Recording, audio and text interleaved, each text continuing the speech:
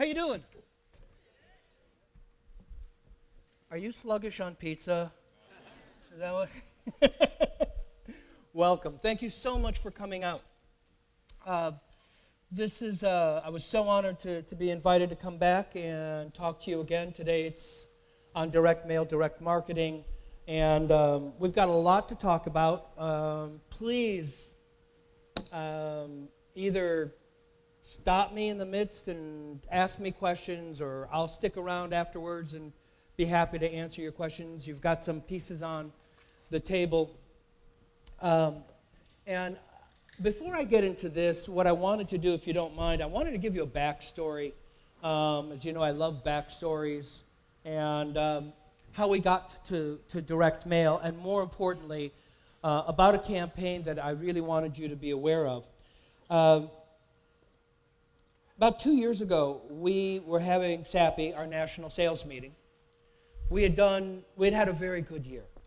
I say this, more importantly, we had a very good year, because quite frankly, as I was being groomed to be a creative director, I had several extraordinary mentors, and they'd always said the same thing, and they had both said the same thing, which really sort of red flag, and they said, always keep your finger on the pulse of the paper industry. It is the economic barometer for the graphic arts industry.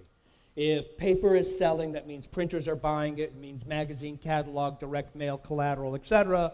And usually, as you know, as soon as we have any kind of economic, hiccup, advertising, marketing out, and then we're sometimes, and the beauty of it is, I will share with you over decades, we're typically the first back in, because people really do understand, marketers, merchandisers really do understand the fact that you have to advertise, you have to market, you have to be in front of your customers.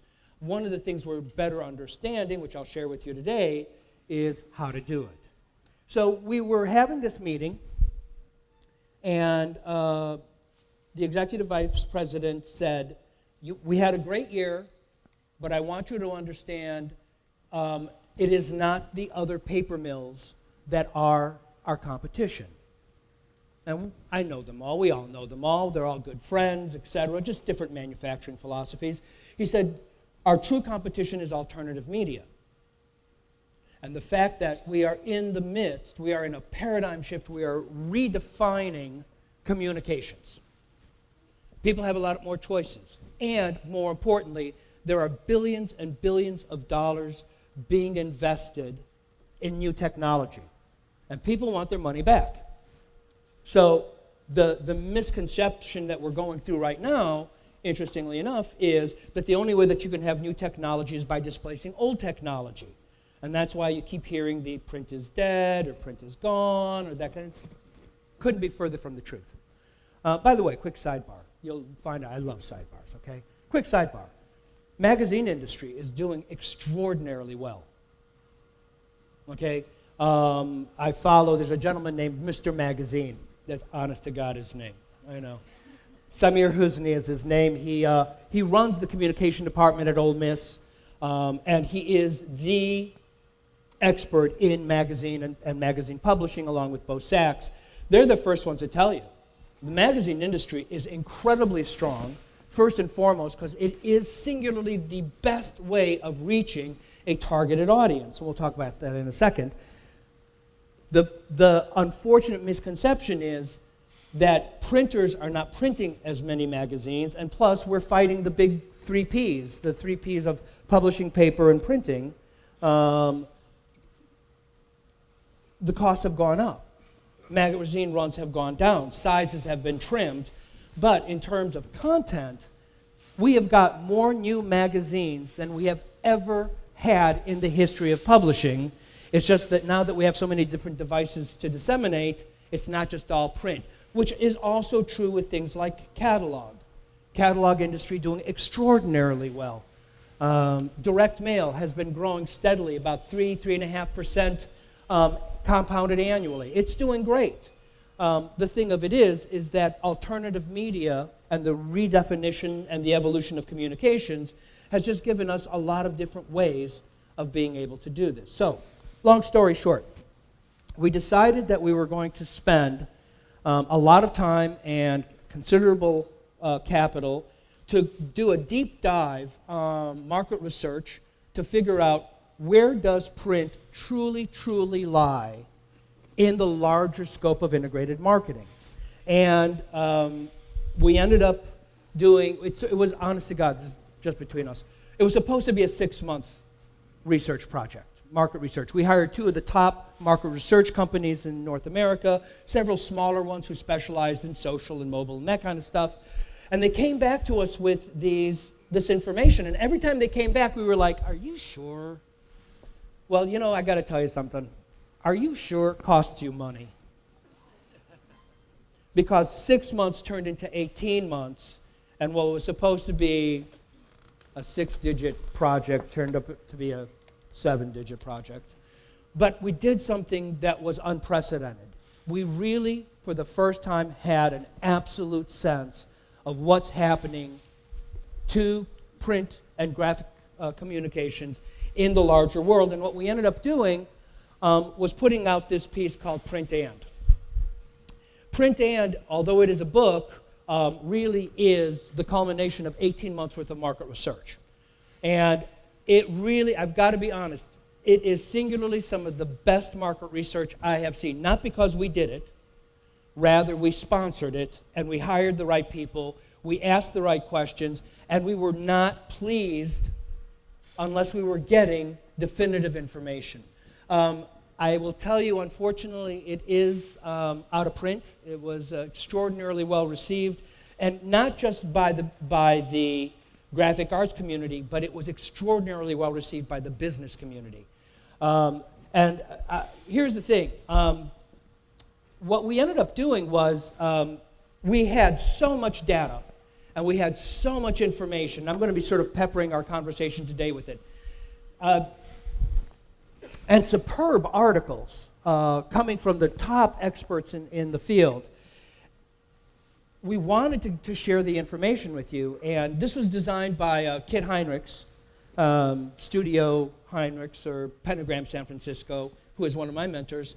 And when he showed me the roughs, the rough comps, I have to be honest with you, I looked at it and I went, oh great, this is just another pretty book. We're well known for pretty books, but I don't think that this honestly honors the research. And he pulled me aside and he did one of those, listen here, kid, kind of thing, which he can do to me. And he said, if I gave you what you wanted, it would be a white paper and it would be dry and it would be boring. Rather, what we want to do is highlight some of the really exceptional information that we have. And then what we ended up doing was taking all of the articles, all of the data, and all of the research, and we uploaded it to our website, which you can get. We've got a PDF of this up on our new microsite, and we also have all of the articles available to you, all of the articles, data, research at SappiETC.com. ETC, by the way, is my team. It's education, training, and consulting. So why am I showing you this? And why, I mean, you know, we were here to talk about direct mail and direct marketing. Because what we learned was so incredibly impressive about where we are in terms of graphic design. So we did this by demographics, and we did it by income. And it made the most sense for us. Demographics, 12 to 17-year-old, first demographic, very, very, very interesting demographic. More money is being spent incrementally on this demographic than any other demographic for one primary reason, which was about 8 years ago. A white paper came out that identified that branding starts at that demographic. If you can get 12 to 17-year-olds to get brand loyal, whether it's jeans, shoes, lipstick, shampoo, acne cream, whatever, they will stay brand loyal for an incredibly long time. Interestingly enough, 12 to 17-year-olds, while they don't earn money, they have an enormous impact on the expenditure of money. Does that make sense? Anybody who's got kids know exactly what they will make your life misery until they get what they want. And quite frankly, right now, if you're not aware, there's litigation going on about the extent that advertising can go in their messaging, at what point does it cross the line and really start turning into brainwashing, etc., so whatever. But 12 to 17-year-old, now here's the interesting thing about 12 to 17-year-olds. When we were doing this research, it was sort of two-track research. One of it was really the research on what was going on with these demographics. The other one was a psychological track. So 12 to 17-year-olds, they are at a point where they are creating a sense of identity and self. They're getting to understand that they are members of a community, whether it's a school, church, sports team, etc. Variable data is mandatory. Period, period, period. They love to see their names. It validates their existence. I don't care if their names are done in Fruit Loops or Clouds in the Sky or a program that writes their name in the sand. They will immediately take that. It goes in their locker, it goes in their bedroom, it goes wherever, but it's like, here I am, I exist. Very, very important. So it was interesting for us. We took that research back to marketers at that demographic, and we said, not using variable data simply doesn't make sense. They'll see the name, it looks typed, whatever, they couldn't care less. The minute that you do something that's interesting with the typeface, or the minute that you do something that truly is personalized, and I consult teen magazines, and I consult marketers, and I just finished doing a whole thing with some of the larger lingerie companies in New York. We're still using that research because it's so valid. 18 to 24, first time they see their names not in conjunction with their parents' address.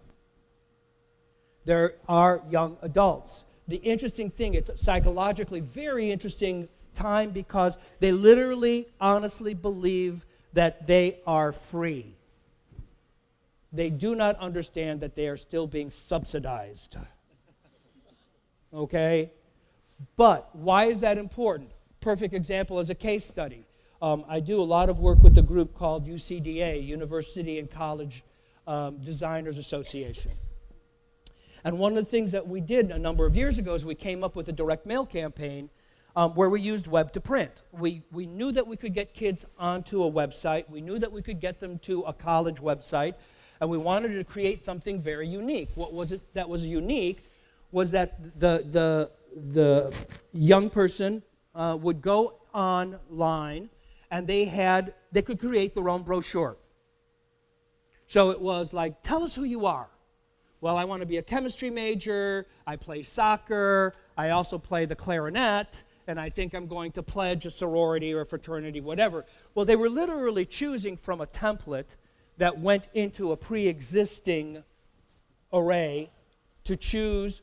Using that, the appropriate photos were pulled from an archive, put together, and here is the key. We sent them back online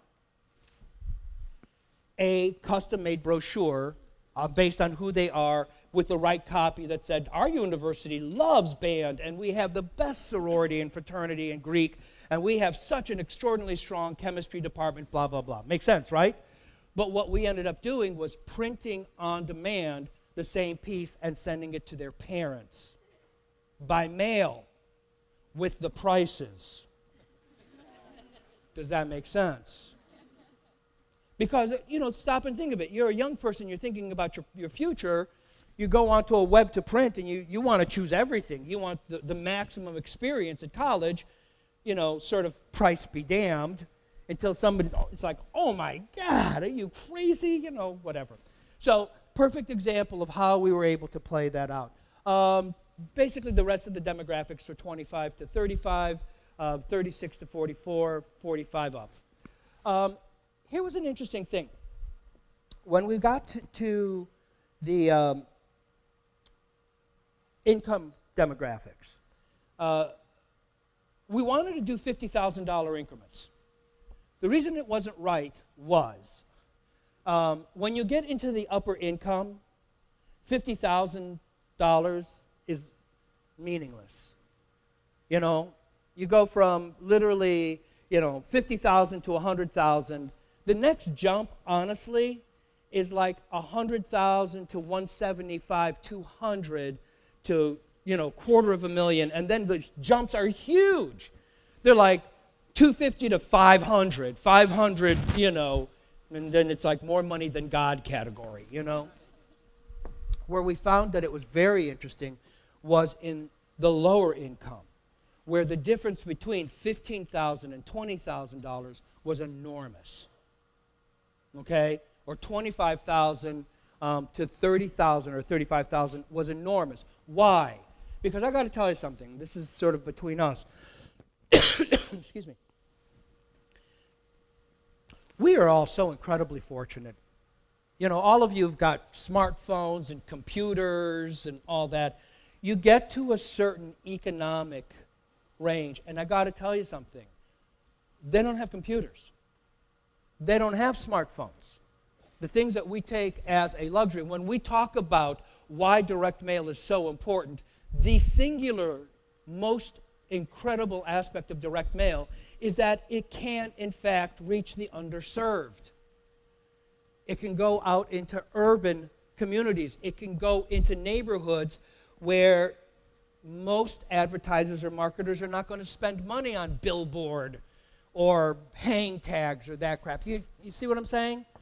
And the fact of it is that I've got to be honest, when we look at where we decide to allocate money as corporations, if all of a sudden we're going to say we're going to allocate money for folks that are making $15,000 or $20,000 a year, everybody sort of goes like, well, why? So I can't invite you more warmly to go and get the articles and get the research. It's brilliant, sincerely brilliant. Why am I sharing this with you? Because I'm going to give you the absolute bottom takeaway, which was extraordinary. In all demographics, they trusted print more than digital for two primary reasons. And the reasons were, first and foremost, credibility and trust. Now, here's the part that I think is very interesting. This is why it costs us so much money. We got those results, and we were like, wait, God, no. That can't be right. You've got, this whole demographic, younger demographic. They're spending all of their time online. They're spending all of their time with mobile and social. Why in the world would they tell us that they trust print? We went back. We had to spend extra money to do more research, and what came out of it was this. We heard this resoundingly with younger demographics where they said, you can put something online in the morning, you could change it by afternoon, it's gone tomorrow. We see it all the time. And I've got to be honest with you. I work very closely with a lot of big ad agencies. If you're doing your job, you put something online, you're tracking clicks. And you're trying to see, what the trend rate is. And if your trend rate is not going according to expectation, pull it, do the focus study, modify it, and bring it back when you have more confidence in it. So the fact is we see this every day. The one thing that we heard over and over again is, if it's in print, you can't pull it. If it's in print, you had to go through legal. And here was the interesting thing. In the younger demographic, and I thought this was fascinating, they're not necessarily sophisticated enough yet to talk about return on investment, but they are absolutely aware of the fact that they said, if somebody puts something up in print, they've had to spend money and they expect to get their money back. We thought this was an extraordinarily sophisticated nuance about the way that they saw business. Whereas the first thing that we heard, in fact, was anybody can put anything online if you've got the hardware and the software. It doesn't mean that it's legitimate, doesn't mean that it's truthful, doesn't mean that it's necessarily good, doesn't mean that it worries about you, and the thing of it is, it doesn't worry about a return on investment. So the one thing that we heard consistently was that trust factor, and believe me, in this time, this culture, trust is going to become one of the most important branding aspects available to us. We are going to sell trust more than anything else. I'm going to make a promise to you. I'm going to keep the promise. No games, You get what we tell you. And the companies who can do that are going to do extraordinarily well because we have too many other options. The other part that I loved about this, and this was a real subtle sort of interesting aspect that I've been spending a lot of time on, was this concept of craftsmanship.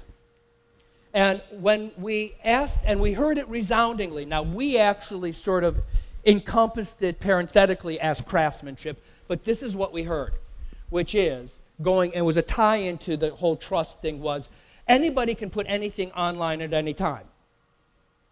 The one thing that we kept hearing was that digital, online, mobile, social has got no checks and balances. So anybody can upload bad video, bad music, bad opinion, bad news leaks, etc. The one thing that they were saying was, interestingly enough, with print, I write copy, there's a copy editor. I do a design, there's an art director. I create a file, there's a production manager. I send it to get printed, and I send it to someone like Gilson, where I know and can anticipate what their hierarchy of quality is, and they will meet that hierarchy of quality. We don't have those checks and balances online. We never will.